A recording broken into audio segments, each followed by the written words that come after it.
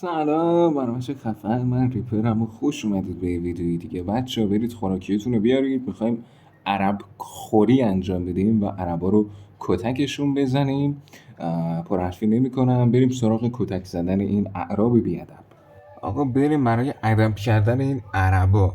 خودش نشسته، رفیقاش همه اسپکت، فکر کنم دوست دخترش هم اسپکت، نمیدونم هرچی بود صدا دختر میومد. آقا قصه از اونجایی شروع شد که ما داخل رنگ بودیم و اینا دیگه شروع کردن به ایزی نوشتن و منم براشون نوشتم وان میزنیم، میخوام مثل جارو برقی قورتت بدم و حالا نگاه کنید بچه ها. حالا یکی بعد حالا دول دومی هست، من این دول دوم رو دول اول رو خیلی براتون کات میکنم. تا حالا 3-0. حالا شاید بپرسید چرا دول دوم باش زدی؟ دول دوم زدیم که ادبش کنیم. تا حالا 4-0. چرا؟ چون اینجا خوب ادب نمیشه متاسفانه و فقط هم به خاطر دیوایس و پینگ خوبشونه که خوب ادب نمیشه، وگرنه اصلا مال این حرفا نیستن عربا. میدونی هیچ جور مال این حرفا نیستن. یعنی اگه مثلا بازی 20 باشه یه خورده جلوش ترای کنم میکشم میکنم.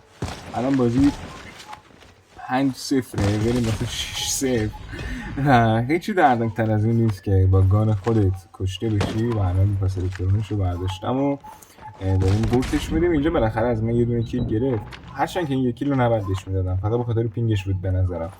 فقط نگاه کنید ببینید چقدر که ریجستر نمیشه. نگاه کن اینجا رو و اصلا یارو اصلا نمیداد و اینجا رو بابا بخواب صدات در نیاد. بخواب گان خودشم برداشتم دوباره پرواز کردم جلوش. 8-2 منه بچه تو اینجای کار و بریم اینجا دوباره عربه رو یا عربا رو نمیدونم دست جمعه. خلاصه خیلی شاخ بازی در برده بودن دیگه. آخه چرا بعد وقتی جلو میفتی ایزی کنید؟ بات سگ تو که هیچی نیستی. اینجا شاید موومنت های ململانی ایرانی هستیم. بچه ببینید 2 تا که ریجستر نشد روش. دقت کردید 2 تا تی روش ریجستر نشد. یعنی 2 تا قشنگ از صاف زدم تو سینه‌اش ریجستر نشد. این عربا باید حساب کار دستشون بریزه. کد تن ایرانی هست دیگه. 11 تا بچه اگه من میخواستم بزنمش بازی 12-2 با اختلاف 10 تا تمام میشد. آقا من شروع کردم که اینو فینیشرش کنم و نمیشد فینیشرش کرد. یعنی با این دیوایس و پینگی که اونا دارن نمیشه و اینم اینو فهمیده بود و از این قضیه کلی داشت تو استفاده میکرد و همچنان من به دنبال فینیشر و اونم داره میزنه.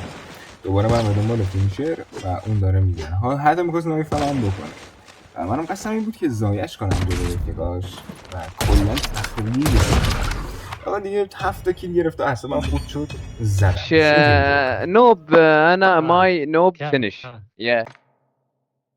نمیفهمم چی داره میگه، واقعا نمیفهمم. فقط فینیش میکنه، میگه تو نوبی انگار فینیش من. كمان جو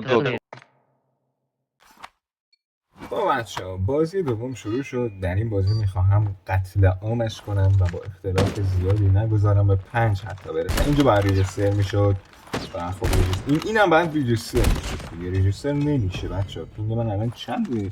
71 و خیلی خرابه به نظرم. اینم باید ریجستر میشد و نشد دیگه.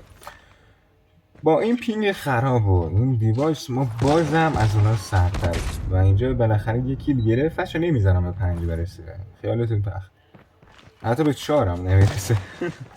ادامه میدیم. آقا گفتم بذار یه دونه دیلمتیک بکشیم. من گفتم ما هم دیلمتیک داریم. آقا درست صحبت کن. بچه دیلمتیک بگیر نگیر داره واقعا بازی من باهاش. هرچند من کلا با دیل حال نمی کنم و گان مورد علاقم لوکاسه، اما بهترین اسکوپ بین اسنایپ های متیک رو به نظر من همین دیل متیک داره.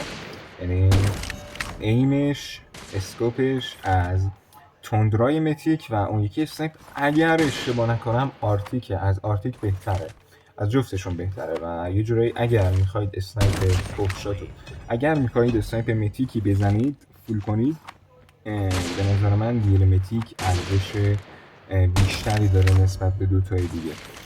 خلاصه بگذاریم بچه 6 که منو تا اینجای کار و مثلا اینجا هم دوباره ریجستر نشد که هیچ اون منو زد دیگه. تو خرش برید آقا. اینجا دیگه گفتم بذار لوکاس رو بکشم و ترایی کنیم که اونا اگه اسپان هم زد گفتم اشکال نداره. اگه تو دیگه کیل گرفتی من دیگه لوکاس بازی نمی‌کنم. یک کیل 7-3 یک کیل استریک و اینجا دوباره ریجستر نشد. این دوتا بچه هیچی میگم دردناکتر از این نیست که با گان خودت بزننت. اینم ریجستر نشد روش بچه ها و کلا من باید دو سه تا شات بهش بزنم تا یکیش ریجستر بشه و بیفته این بسه و که دیگه باشه شاهبازی در نیاره برای ایرانیا. اینم از این 10 الکترون خودشم برداشتم. بچه ها اینجا میخوام موومنت ایرانی جلوش بزنم ببینم خدا حافظ سلام برسون.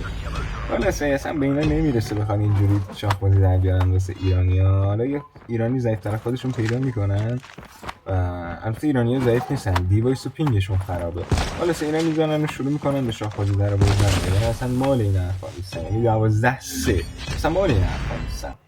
امیدوارم که از دیدن ویدیو لذت برده باشید. اگه تا اینجای کار لایک نکردید لایک کنید، سابسکرایب و فالو کردن فراموشتون نشه. دوستتون دارم. چاکر یکتون.